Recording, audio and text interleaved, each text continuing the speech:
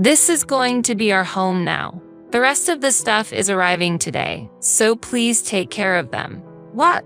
Why are you deciding this on your own? Oh, by the way, Anna will be coming too. Please welcome her. I had noticed that they had started coming over more often since we moved into the high-rise condo, but I never expected such bold actions.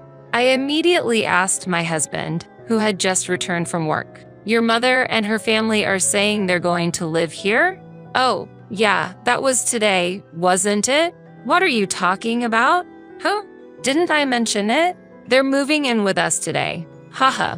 I was dumbfounded by my husband's laughter. I couldn't think of what to say next. Don't just stand there. Get ready to make dinner. We're celebrating today. At those words, my anger reached its peak. How can this be allowed? After all, we can live here thanks to me. Huh? What are you talking about? That's not true. As we were arguing, my mother-in-law arrived. If you hate living together so much, why don't you just leave? Then she threw an envelope on the table. What is this? It's severance money from us. Severance money? There's $10,000 in the envelope. Take it, get divorced, and leave. We'll take the house. The in-laws were snickering at me. At that moment, I made up my mind. They are such fools. Lucky me. Understood. I'll leave right away. I quickly packed my bags and left the house, jumping for joy. But this wasn't the end. I couldn't stop laughing, thinking about what would happen to my in-laws next. My name is Sarah, and I work as a bank employee. I thought I would have a happy life married to Kevin. But marriage doesn't always go as planned. I realized this when I first met my mother-in-law. So you are Sarah. What do you do for a living? I'm a bank employee. Oh, a bank employee, huh? I guess you don't have to be too smart to do that. What? It was clear she was belittling me. This happened during our introductory meeting before the marriage. Kevin, sitting next to me, seemed not to hear and just smoked his cigarette. Well, let's get along from now on. Yes. Nice to meet you. I wondered if everything was going to be okay. But after we got married, my husband was kind and we didn't have to interact much with my mother-in-law. Are you sure it was a good idea to marry a man with such a modest salary? What's wrong all of a sudden? Well, my mom used to say such things, but now I just feel pathetic. It's okay. Don't worry. Kevin had always been insecure, even when we were dating. He was even intimidated when he found out I was a bank employee, but I never cared much about my partner's financial status. Since then, I think we've had a fun, albeit modest, life. What are you planning to do about where we live? A few months after getting married, I received a phone call from my father. I think we're fine as we are now. We don't have any particular needs. Actually, a spot has opened up in the high-rise condo, so I was wondering what you think. Huh? A high-rise condo. Indeed, my father owned a high-rise condo. Originally a company president, he had handed over the business to my brother and was now living a relaxed life. Of course, my husband was aware of this. If you guys are interested, you can move in immediately. Got it. I'll discuss it with Kevin. I consulted with my husband.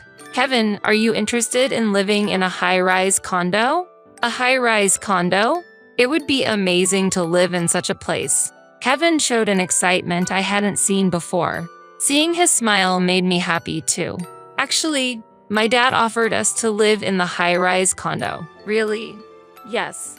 Kevin, possibly overwhelmed with excitement, suddenly grabbed my shoulders. Calm down a bit. Sorry. And so, it was decided that we would live in the high-rise condo. However, for me, it was the beginning of a nightmare. I'll contact Dad then. Okay, thanks. But I can't believe I'm going to live in a high-rise condo. Kevin's eyes sparkled. After getting Kevin's approval, I called my dad the next day. Hello, Dad? Kevin agreed, so we've decided to move in. That's great. It's already cleaned and ready for you anytime. Got it. Thank you. Don't worry, I'll take care of the paperwork. At this moment, I realized something important and asked my father, by the way, how will we handle the rent? Don't worry about that. As long as you live there, you won't need to pay rent. Really? Of course. It's all for my dear daughter. My husband and I started preparing to move immediately. We moved in just 1 week. Perhaps both of us were excited to live in the high-rise condo. So this is a high-rise condo. It's incredible. I never imagined we could live in such a place. It's like a dream. All thanks to your father. Indeed, we need to express our gratitude. Although initially bewildered by the larger space of the high-rise condo, it only took a week for us to get used to it. I had concerns about whether someone like me should live there, but those concerns faded away. About 2 months after we started living in the high-rise condo, my sister Anna wants to come visit. Is that okay? Kevin had an older sister named Anna. I heard from Kevin that she had been married but got divorced because she was fed up with her husband and had returned to her parents' home. That's fine, but why does she want to come here? I hardly had any conversation with her before, so I didn't understand the reason. Well, I mentioned our new place, and she said she wanted to come over. That's fine, as long as it's on the weekend. I'll let her know then. And then the promised Saturday arrived. When the doorbell rang and I opened the front door, there stood a woman clad in branded items from head to toe. I couldn't help but step back, and then she spoke. It's been a while. Do you remember me? Of course, Anna. Then may I come in? Oh, excuse me. Please come in. My sister-in-law entered the house and seemed to be inspecting every corner. She checked each room, nodding as if satisfied with something. Is there something that concerns you? I was just admiring the house. Ordinary people can't live in such a place, right? It's all thanks to my father. Then we moved to the living room and had a casual chat. During our pleasant conversation, my sister-in-law suddenly made a condescending remark. At that time, I didn't understand why that was happening. It must be nice to be you, Sarah. Don't you think so, Kevin? I don't really. But this house is all thanks to your father-in-law, right? I wondered why she said that and timidly asked for a reason. Did I do something wrong? Not at all. It's just that our family wasn't wealthy.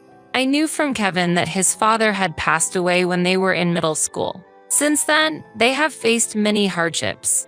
That made me think she might be jealous of me. That could be why she was dressed in all those branded items. Well, I'll be going now. I'll visit again soon. Take care. Okay.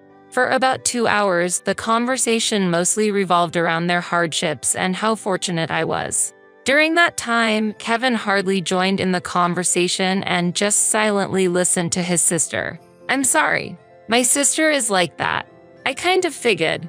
I'll make sure to warn her next time. Kevin promised, but less than a month later, she visited us again. And this time, she wasn't alone.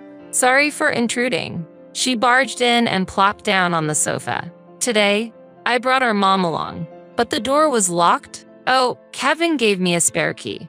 What? I wanted to ask Kevin about it immediately, but he was out and unavailable. I had a bad feeling this could lead to trouble. And then the most troublesome person spoke up. It's not that big of a deal. What's the problem with having a spare key? The issue is that I wasn't informed about it. Maybe Kevin doesn't trust you? I think so too. With the two of them against me, it seemed hopeless. From that day on, my life turned completely different from before. When I returned home from work, I found my sister-in-law and my mother-in-law in the house. Moreover, they had helped themselves to the food in the fridge and moved things around the rooms without asking. This isn't right, don't you think? Even if I say something, the two of them won't listen. So, maybe it's best to just let them do what they want. I can't stand living like this. Please talk to them. I was quite frustrated. Frustrated with my husband for doing nothing and with myself for being powerless. Okay, I'll talk to them. Will you be there with me? If you're going to speak up properly, then I don't mind. My husband, as usual, confronted the two when they came over. However, they didn't pay any attention. Sarah must have instigated this, right? Come on, Kevin, be more assertive. That's right. You're the head of the household. You should have your own opinions. Then my husband seemed to be contemplating something, looking down. Don't say weird things. Please leave. When I said this to the two, my husband unexpectedly turned against me. You're the one who should be quiet. What? My husband was siding against me. He had completely succumbed to the will of his mother and sister. They took advantage of Kevin's lack of confidence and his inability to refuse. Now, I had no one on my side. I was wrong in my judgment. What my sister and mother said is correct. From now on, I will also express my own opinions. When my husband spoke with newfound confidence, the two smirked and looked at us. From then on, the situation became one-sided. I've decided to allow my mom and sister to come and go as they please. Wait, don't make such decisions without me. The decision is made and you have no say in it. My husband ignored my opinion, and his mother and sister supported his decision. Sarah, that's enough. That's right. Kevin is the head of this household. You just need to follow him as his wife. And there's a spare room, right? No way. It's a waste to have an unused room, so we'll use it. The atmosphere was clearly in their favor. The room lent by my father was now considered theirs. Given the circumstances, I had no choice but to tough it out. I decided to focus on my work and not worry about the situation at home. 6 months later, this attitude paid off. You've been doing really well lately. How about working in a higher position? Me, I've been watching your work recently, and I think you're the right person for the job. Thank you. I'll continue to do my best. It was an unexpected motivation, but it was the happiest thing that had happened to me so far. However, there was a problem. You've been coming home late recently. What have you been up to? Just work. Really? Aren't you having an affair? If you think it's a lie, go ahead and check. This is where my mother-in-law and sister-in-law would chime in. Getting so defensive makes you look even more suspicious. Anna might be right, but Mom, no one would pay attention to Sarah with her looks. Indeed, they clapped their hands and laughed together. They were just having fun teasing me. Until then, they would come over maybe 3 times a week at most, but recently, they started to be at our house almost every day. One day, my mother-in-law came to me and said something totally off base. Do you need something? Do you even understand? Understand what? Have you ever thought about why you can live in a place like this? A woman like you doesn't fit in here. I thought to myself, that's more like her. You can't even do household chores properly. You're useless here. Do you get that? I was continuously bombarded with such baseless accusations. Of course, I wanted to retort immediately, but I felt that nothing I said would improve the situation. I chose to stay silent. Afterwards, perhaps bored, my mother-in-law returned to her room. Just as I was about to start preparing dinner, my sister-in-law came. I heard the conversation earlier. There's never a moment of peace. You should really understand your place. You're like a maid in this house. I work hard too, you know? And it might sound bad, but I earn more than Kevin. Then you should contribute that money to the household expenses. For us, of course. I couldn't agree with her argument. I wasn't living in luxury. I was actually paying for most of our daily expenses, like utilities and groceries. Kevin seemed to have forgotten that, and more importantly, my mother-in-law and sister-in-law didn't even know the reality. I often wondered what would happen if I stopped paying. Then why don't you work, Anna? Why should I have to do that? I almost envied her ability to say such things earnestly. It was a mystery where she went every day without working. So, where do you go every day? I don't need to tell you that. At that moment, my sister-in-law avoided looking at me. It was clear she was involved in something she couldn't openly talk about. Is that so? Then I'll just assume you're gallivanting around every day without working. I said this with a serious face. Angered, my sister-in-law threw a mug from the table at me. It didn't hit me, but the mug shattered into pieces. Why did you dodge? That was my favorite cup. Since it's your fault, clean it up. I silently began cleaning up the broken cup while she stood by, watching and laughing. I thought about throwing the shards back at her, but I refrained. You're in the way standing there. What? I'm just watching. After cleaning up in a few minutes, I tried to leave, but my sister-in-law interjected again. Remember, if you say something weird next time, it'll be much worse. I understand. I'll be careful. Inside, I didn't mean it. Watching my sister-in-law's satisfied departure, I complained in my mind, "Don't get too cocky. You'll get what's coming to you soon." Then one day, as usual, when I returned home from shopping, the house was noisy. Entering the house, I was met with a multitude of cardboard boxes everywhere. My mother-in-law was bustling around. "What are you doing? This is going to be our home now. The rest of the stuff is arriving today, so please take care of them." "What? Why are you deciding this on your own? Oh, by the way, Anna will be coming too. Please welcome her." I immediately asked my husband, who had just returned from work. "Your mother and her family are saying they're going to live here?" "Oh, yeah, that was today, wasn't it? What are you talking about? Huh? Didn't I mention it? They're moving in with us today."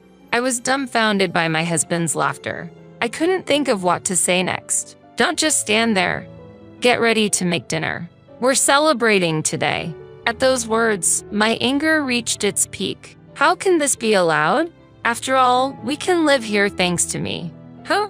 What are you talking about? That's not true. Are you serious? Serious?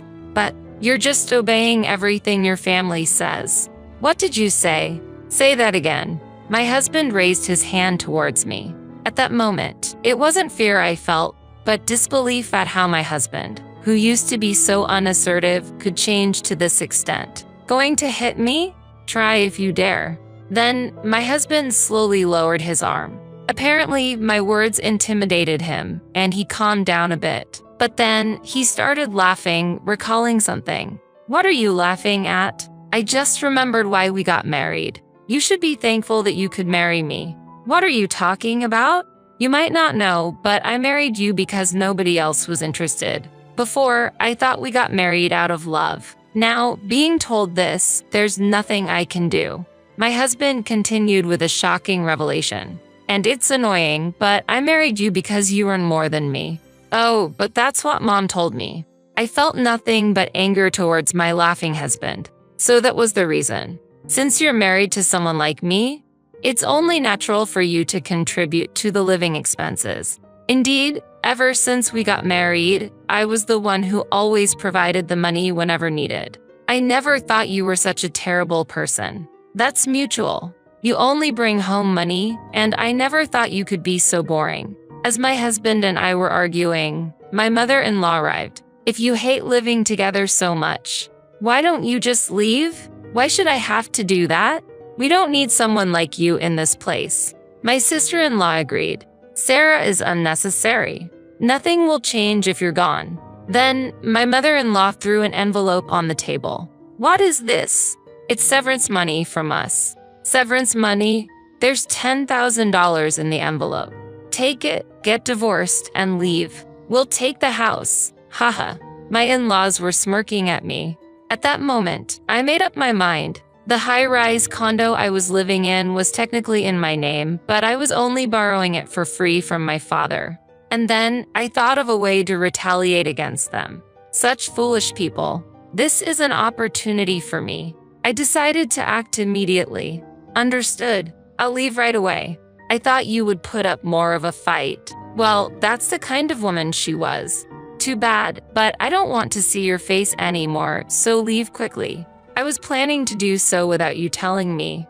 I quickly packed my bags and left the house, almost dancing with glee. Imagining what would happen to my in-laws next made me unable to stop laughing. I decided to go back to my parents' house to inform my father about the situation. "Why have you come back suddenly? I've been kicked out of the house." "Kicked out? How did that happen?" "Well, you see." I explained to my father what had happened that day and the events leading up to it. I could see my father's face turning to anger as I spoke. After I finished, he was angrier than I had ever seen him. "Let's kick them out immediately." But I stopped him. "Wait, Dad, I have a better idea." "What kind of idea?" I shared the plan I had thought of when leaving the house. My father nodded and accepted my suggestion. "That's a brilliant idea, right? This way, it benefits you as well, and I get my revenge. So, you'll take care of it?" "Yes, don't worry." The next day, I contacted my husband immediately. "About the apartment. I have no intention of giving it back. I know. but the ownership is still mine, so I'm thinking of transferring it to you. Then it will truly be yours, right? I see. I don't want to cause you any trouble. I'll handle the paperwork. Is that okay? Okay. I'll leave it to you. All right. I'll also send the divorce papers by mail. Take care. After saying that, I hung up the phone. Just before hanging up, I could sense my husband's joy. A week later, the divorce was finalized, and the paperwork for the high-rise condo was completed. All that was left was to wait. Hey, I got a bill for $6,000. What's the meaning of this? Explain. A month later, my furious husband called. It was hard to suppress my laughter at his reaction. Well, it's a high-rise condo, you know? Did you think you could live there for free? But the rent was free until now, wasn't it? Indeed, when I was there, haha. This is no joke. He was shouting so loudly that I had to pull the phone away from my ear. It was free because I was there, but now that it's yours, you need to pay the rent. We're not going to pay that. You can choose not to, but remember, the owner of the apartment is my father. After a moment of silence, my mother-in-law took the phone. I heard from Kevin what you did. That was unnecessary of you. Unnecessary?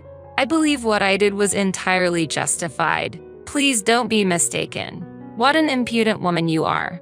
It doesn't matter to me. Haha. You shouldn't have given me $10,000 then. I provoked my mother-in-law. I thought I wouldn't have to deal with them anymore. Indeed, my words got to her. We will absolutely not pay. Is that so? That's fine by me. But don't say I didn't warn you if my father decides to sue. My mother-in-law seemed shaken, losing her previous confidence. Aren't you ashamed to rely on your father? Not at all. It's more shameful for someone who tried to manipulate their son to their own ends, don't you think? I can have a reasonable conversation with you, so let's send this. She must have realized she was at a disadvantage because she abruptly hung up the phone. She was just running away. I immediately informed my father about the conversation. I see. Then I need to do something about it for my daughter. I'm counting on you. My former in-laws acted impulsively, thinking only of their convenience, and this was the result. Such a pitiful parent and child. They will face more difficulties from now on. I will just wait and enjoy watching. Time passed, and my ex-husband and his family continued living in the high-rise condo without paying rent. Eventually, my father had to take action.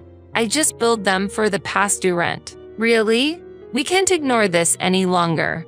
It will be a good lesson for them. Then, a new revelation came to light. There were traces of unauthorized purchases made with a credit card in my name. A lawyer, introduced by my father, was hired, and preparations for a lawsuit began, demanding reimbursement from my ex-husband and his family. Why should we pay you? The first to object was my sister-in-law, mostly because the purchases were expensive branded bags and clothes. How can you say that after shopping with someone else's money? This is clear theft. It's pathetic to fuss over such trivial matters. Besides, those purchases were made before your divorce, so I think they're invalid. Unfortunately, that logic doesn't apply. You and I are strangers now. I don't care about that. The call was from my sister-in-law, but she hung up unilaterally. Escaping seems to be their usual tactic. However, they couldn't escape and had to make the payment. They must pay the rent for the apartment, but that family doesn't have the means to pay. There was one person who came begging for forgiveness. What are you saying now? We can't afford to pay such an amount. We'd be ruined even if we took out loans. You understand, right? My mother-in-law was trying to get sympathy through tears. It's all your responsibility. Aren't you ashamed at this point? I know that. I'm asking you, having known about it fully well. I felt it was a waste of time to be involved with these people. It's impossible. Please make sure to pay the full amount. Please help me. Afterward, it seems they continued to live in poverty. The three of them, having lost their place to live, returned to their old family home, which was in a dilapidated state to neglect. Eventually, they realized they needed more money to live and decided to sell it for a cheap price. I heard, "Sarah, please help me. I received a call from my ex-husband, Kevin, but I ignored it and hung up. In the end, I was able to live in the high-rise condo they had left. Of course, I don't have to pay any rent. My work is going well, and from now on, I will live my life putting my happiness first.